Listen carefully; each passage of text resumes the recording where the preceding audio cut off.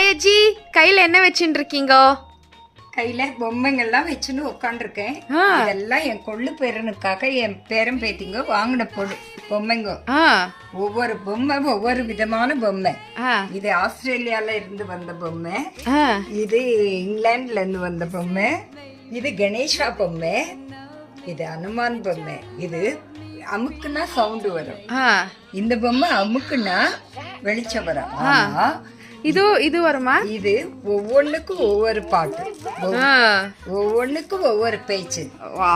இத்தனை விதமான பொம்மைகள் இருந்தாலும்,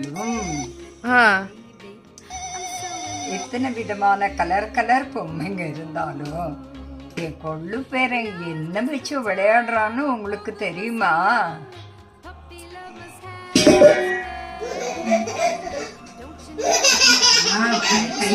பட்டுக்கு